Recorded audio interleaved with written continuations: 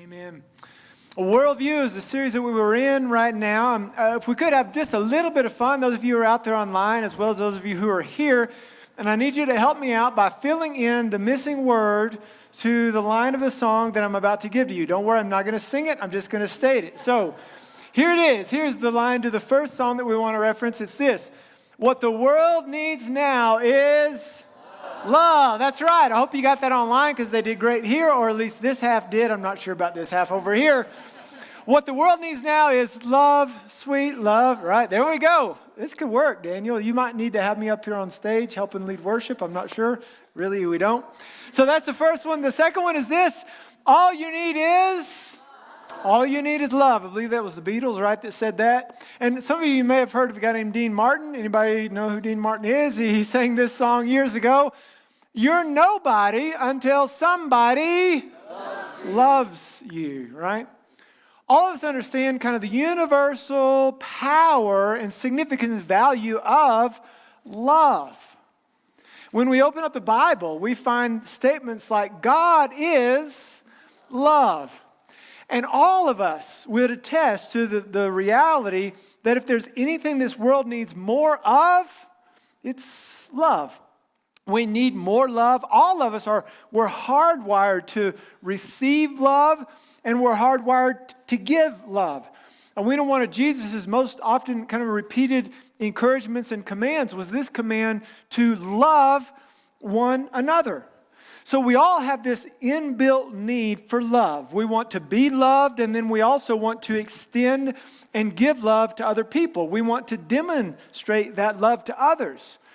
The question I want to ask this morning is this: what is love? We're going to set the message I'm going to preach next Sunday up, set it up this morning by talking about the relationship between two ideas, which are truth and love. And we're going to ask this morning, what is love and how do we demonstrate that toward others?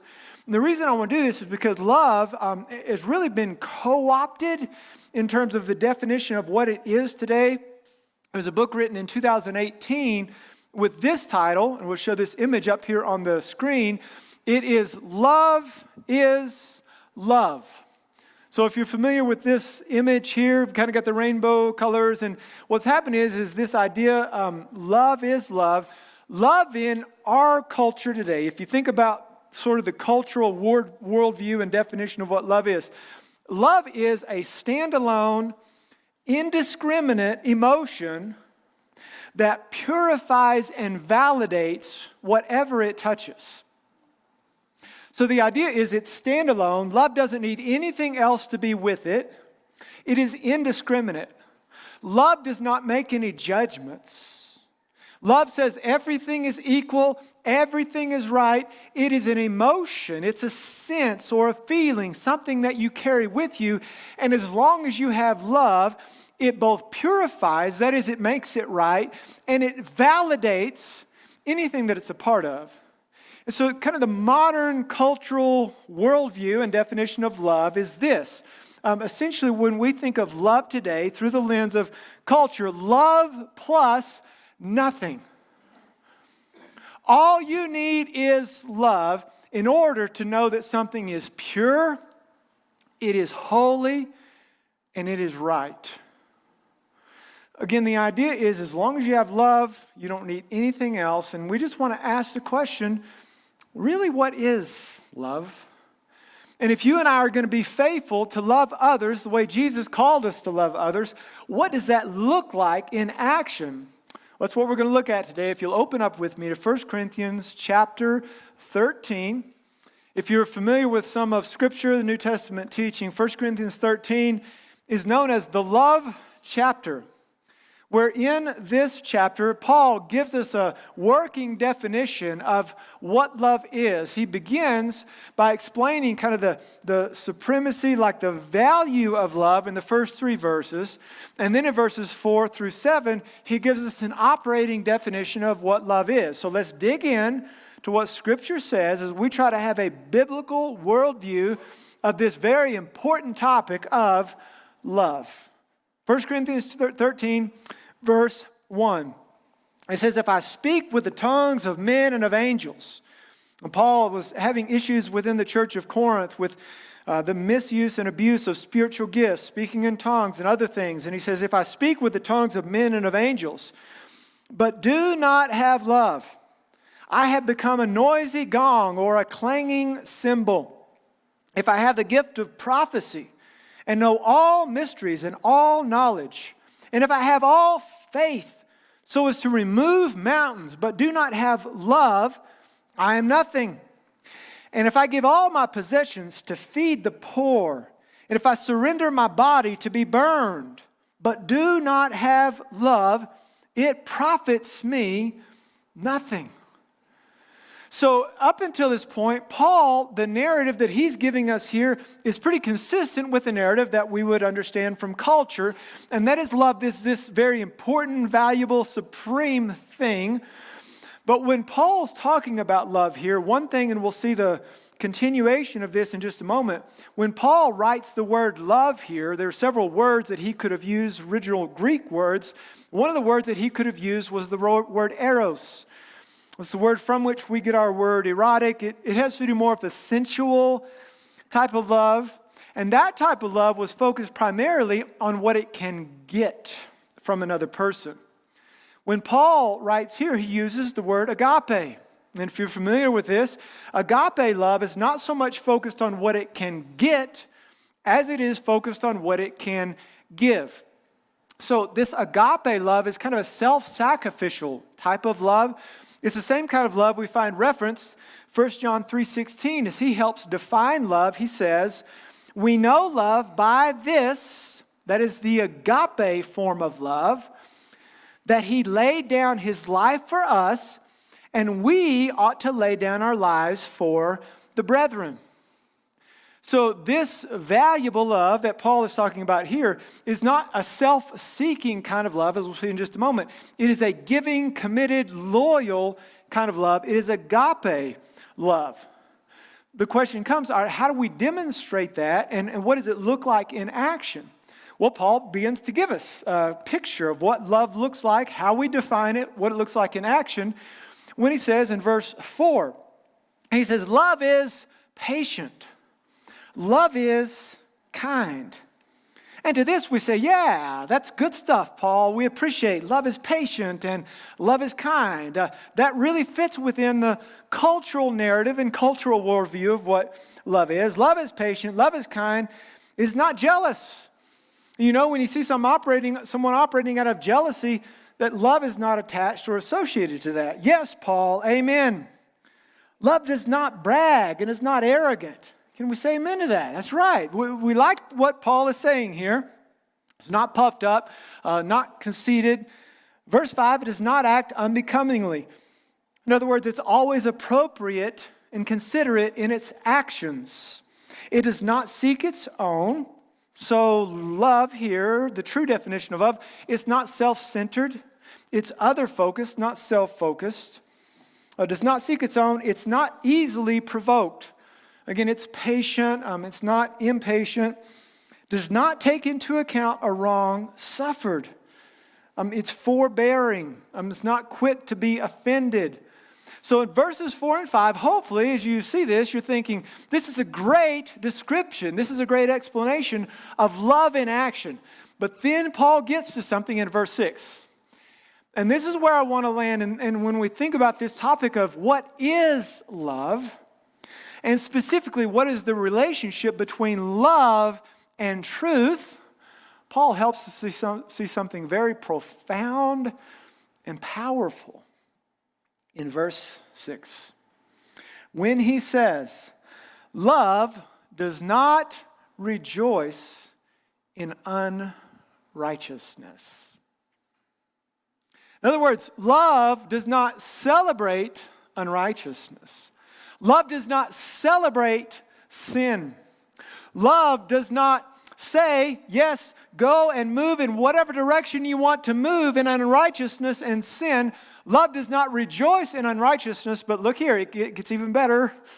In the second half of verse 6, he says, but rejoices with the truth. There are two ways that you can apply this today. There are two ways that you can demonstrate love toward other people. If we look at verse 6, and we want to be a person who extends the love of Christ into the world, it does not happen if we define love as a standalone, indiscriminate emotion that both purifies and somehow makes right and validates everything that it touches. Love is actually something, first of all, number one, that expresses sorrow toward sin. What does it look like for you in your life to be loving toward other people? It's not when you stand back and say everything is good, everything as long as you're sincere and good-hearted and kind and all of these other descriptors we find in verses 4 and 5. It's when you are willing to be sorrowful over sin. First of all, your own sin, but also the sins of others. And what Paul would help us to see here is that to love a person in sin will often require confronting a person in sin. And we'll talk about how to do that a little bit later on. That can be done without love or with love. But I like what Dietrich Bonhoeffer has to say about this. He said, nothing can be more cruel than the leniency which abandons others to their sin. Nothing can be more compassionate than the reprimand which calls another Christian in one's community back from the path of sin. So when God has given us His Word, when He's given us His commands, I had a professor years ago, he said, He has given us these, like every command that He's given us, it's like a landmine marker. And I think about in our home with our kids, we want them to understand God's commands because I believe God's laws are an extension of God's love.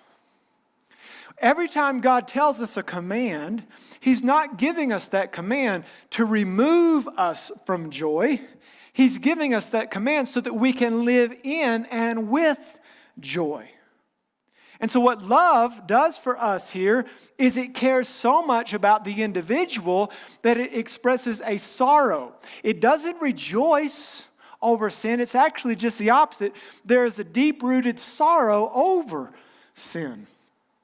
Which leads us to this second way that we can express and demonstrate love to other people. Number one, love expresses sorrow towards sin. Number two, love celebrates the truth. A very important point to grasp here. God never intended for love and truth to be separated. He never intended for love and truth to be divorced or to somehow be perceived as mutually exclusive from one another.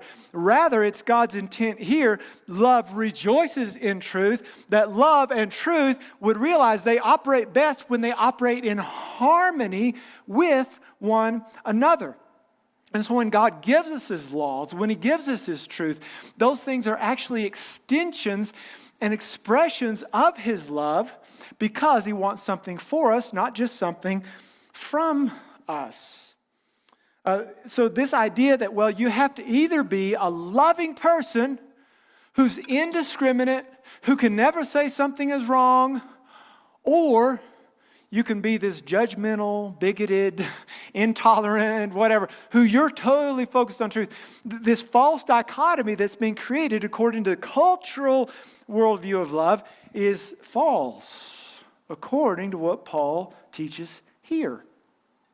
So these two ideas of love and truth are to be wedded together. When we understand this, that truth without love results in harsh judgmentalism.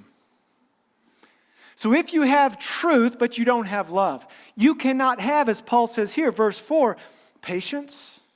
If you've got truth, but you don't have love, you're going to be impatient.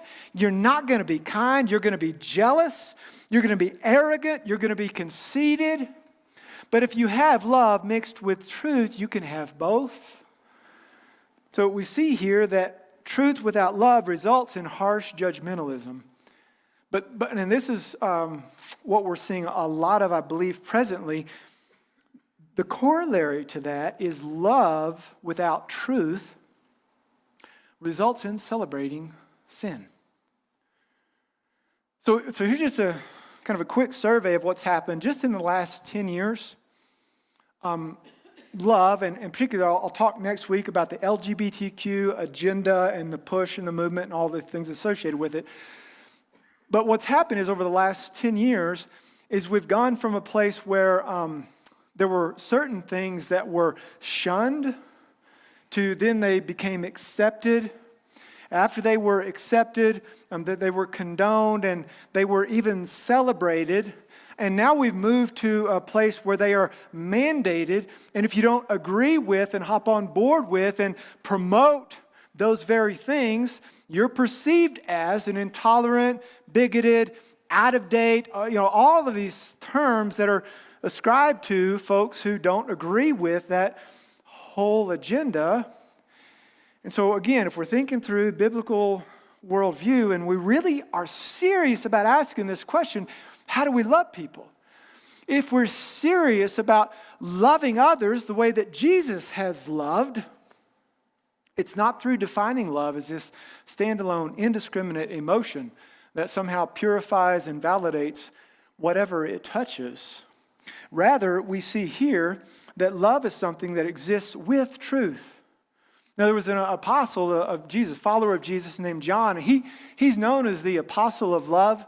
I want to give you real quick just kind of an illustration or an example of how in Scripture these two thoughts of love and truth are wedded together.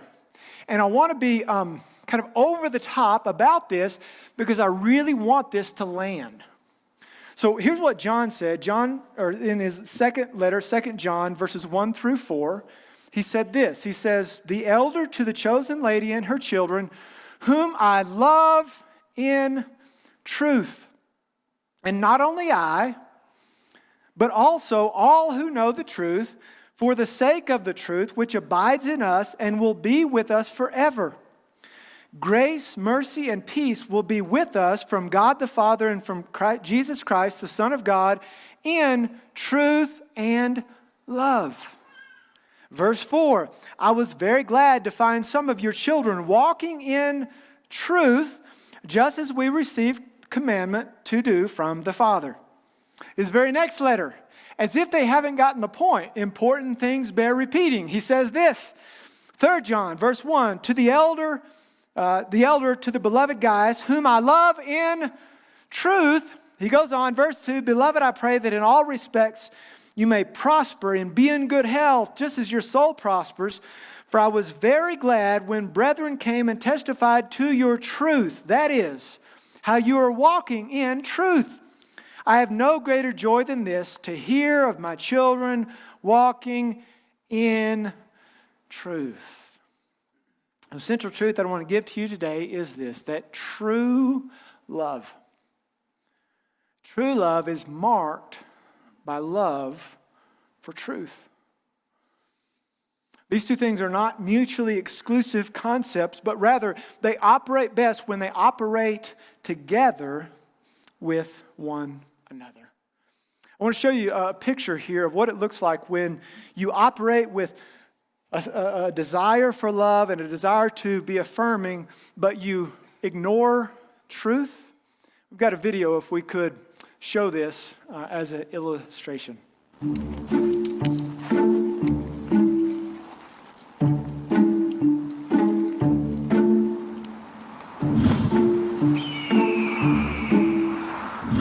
Hey, bro, look, check it out. Labradoodle. What? Yeah, right down there.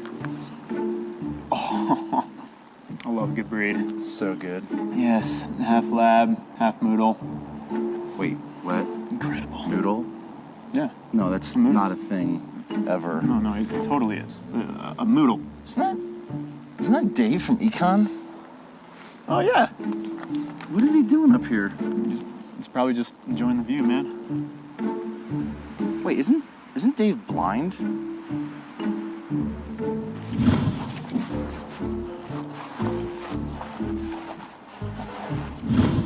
warn him. Hey, Dave. Whoa, bro. What are you doing? You can't just tell Dave what to do.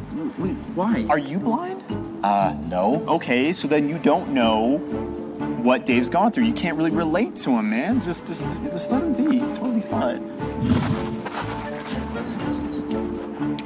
He's literally slipping right now. Okay, you're gonna get all up on him for slipping. Like everyone slips from here and there. I don't It's care no if he reason slips. for I'm us just trying to keep a point guy from falling off a cliff. No.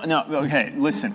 What I think you need to do right now is you just need to love him. You need to not point out What does his that have to do with weaknesses. anything? It has everything to do with everything. Okay, like if you point out his weaknesses, he won't feel loved. He won't feel accepted. Let him feel I'm just trying to keep a accepted. guy from going off the cliff. No, He's not even stopping. Hey, Dave. No, whoa, stop it. You speak out against blind people. So many is people will be wrong upset with with you? you. No, so many people won't like you. But also, what if he doesn't like us anymore? Have you ever thought about that? Dave will be dead. I need to say, hey, No, Dave, no. Dave. No. Is someone there? Yeah. Hey, Dave, how's it going? It's Charlie from school. Oh, hey, man. Doing this for Dave's birthday. Maybe you can help me out. I seem to have lost the trail somewhere. You want to tell me if I'm going the right way? Maybe he is lost. You're right. We should still just encourage him. Yeah, hey, no, Dave, you're doing great, man. I love that you're out here, man, too. I'm proud of you, being out on this trail. You're doing great, man. You're doing great. Oh. Okay, thanks, man. Guess I am going the right way. Watch, he'll figure it out. You just gotta love him through his problems. Yeah, you got it, man. Dave, what are you doing? What? Dave?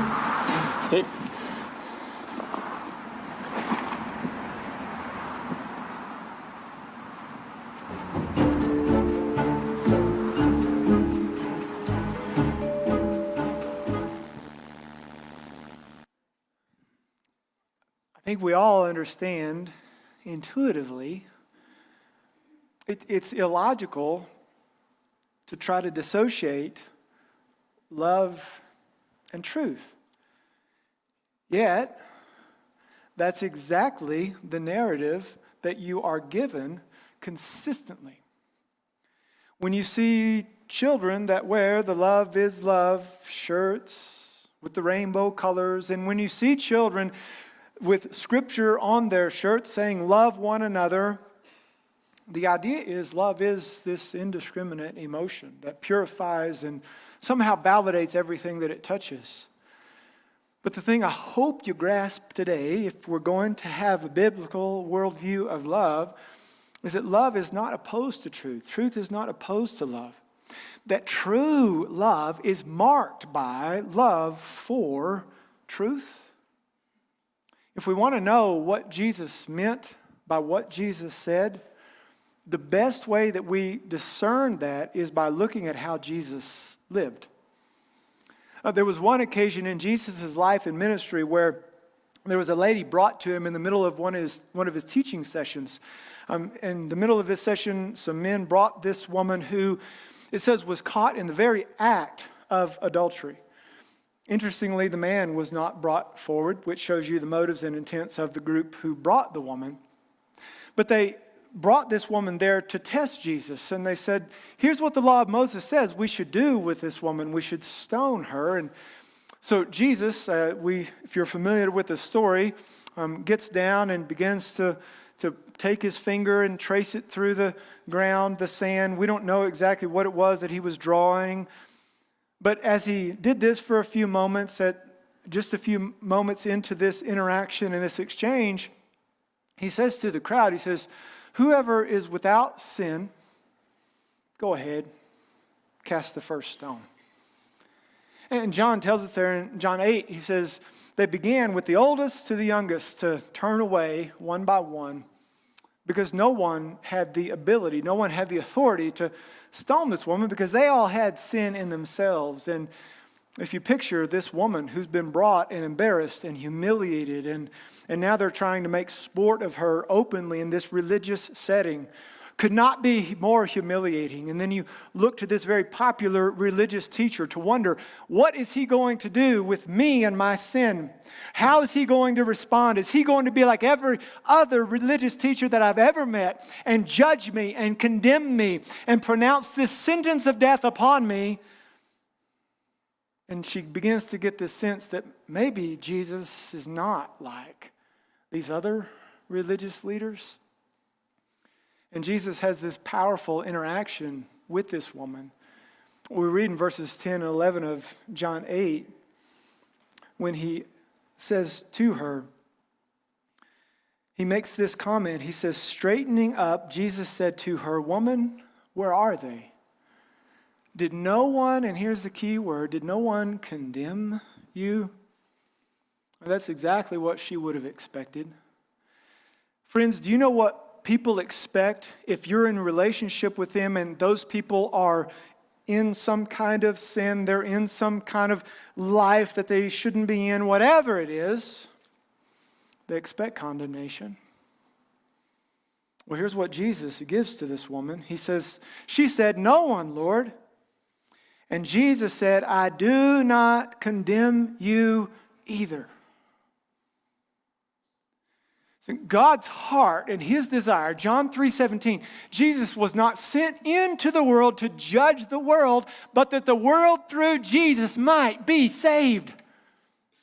And here's the challenge for all of us. If we carry within our heart a desire for condemnation, a desire for judgment, a desire to say, this is what's wrong with you, we don't carry the heart of Jesus within us. Because his heart here and illustrated throughout his ministry was not that people would be condemned. Jesus does go on, however, even though he chooses not to condemn her, he does something in his remaining words when he says, I do not condemn you either, go. And he makes this statement, from now on, sin no more. Jesus does correct her. The reason Jesus corrects her, the reason Jesus corrects us, the reason Jesus offers correction is not because he has a heart filled with a desire to condemn people or to judge people. It's because Jesus has a heart to see us cleansed. The unique thing about Jesus and in his ministry, when he demonstrated love for us, he didn't just tell us, here's the problem. He offered a solution. And so if we're wanting to live with the same kind of heart that Christ had, we have to be willing to offer correction, first to our own lives, lest we be judgmental hypocrites. We are willing to correct ourselves, but those within the larger community of Christ, within the church, we're willing to offer correction to others with a spirit of humility and grace. We're willing to, Ephesians 4:15, we're willing to speak the truth in love. We're willing to say, this is right, this is wrong. We're willing to offer correction because we believe God has a desire for cleansing. He has a desire for healing. He has a desire to see us restored and walk in his commands. So when you think about truth combining with love, the model and example that Jesus gives us here is this. It's when you confront sin with honesty and humility. Truth without love is when you judge sin with harshness and criticism and gossip. When you have truth with love, you have a sense of sympathy for another person because they're hurting. And they may have made poor choices, but they're in pain. When you have truth without love, you feel a sense of superiority over the other person because how could they do that? When you have truth with love, it means you walk with someone through the process of restoration, remembering that were it not for the grace of God, there you would be too. When you have truth without love, You watch another person struggle, wondering how in the world could they be so foolish. When you have truth with love, you acknowledge that we are all sinners saved by God's grace. And you work to restore the person back to a place of usefulness and productivity in God's kingdom. When you have truth without love, you resist the person's restoration. You stand against them receiving healing and being part of that redeeming process of moving back into the life and ministry of the church. And so what Jesus gives us here in John chapter 8 and what we find a portrait of in 1 Corinthians 13 is this idea that love is something that desires the best for another person. But friends, it is not this standalone thing that it's indiscriminate, never makes any judgments, never makes any discernment between here is right and here is wrong. In fact, love is something that doesn't rejoice in unrighteousness, but it does rejoice with the truth. True love requires a love for truth. And to the extent that you might have in your own mind divorced those two concepts and said, okay, well, yeah, I've just got to become a person who is all loving, and that means I just kind of support, and here's a key word, affirm. I must affirm. Listen, my friend, you were never called, 1 Corinthians 13:6, you're never called to celebrate or rejoice over sin. Consequently, that means you're not called to condone or support or affirm sin. You can love the person who's created in God's image, but that doesn't require that you affirm and support any type of unrighteousness that the person might be involved in. If you think about the thing that all of us need the most, we started by saying what the world needs now is love, sweet love. Listen, friends, there are people in your life, there are people in your family, there are aunts, there are uncles, there are relatives, there are grandchildren, there are nieces, there are nephews in your life. They need the love of Christ. They need to know that Christ's heart beats for them. He has a passion and a longing to see them brought near to Him. But we have to get this through our minds that does not mean we turn a blind eye to and we say, well, Jesus just affirms and supports everything about you. Sin was so serious that Jesus gave His life on the cross. He was killed for sin. Not so that we could just kind of cast it away and say, well, we've just got to be affirming and gracious and loving to all people. Sin is what will send people to hell. It is what will cause people to be separated from God forever. And so make no mistake, this cultural worldview of love needs to be called out and spoken to and confirmed that it is a lie. It is not the truth. That the truth of God is that Jesus wants to redeem. He wants to restore. And part of what has to happen in us is we have to have the awareness that authority does not reside in your opinion or mine. Authority does not reside in what you believe, does not reside in what you sense. Authority does not stem from your good intentions.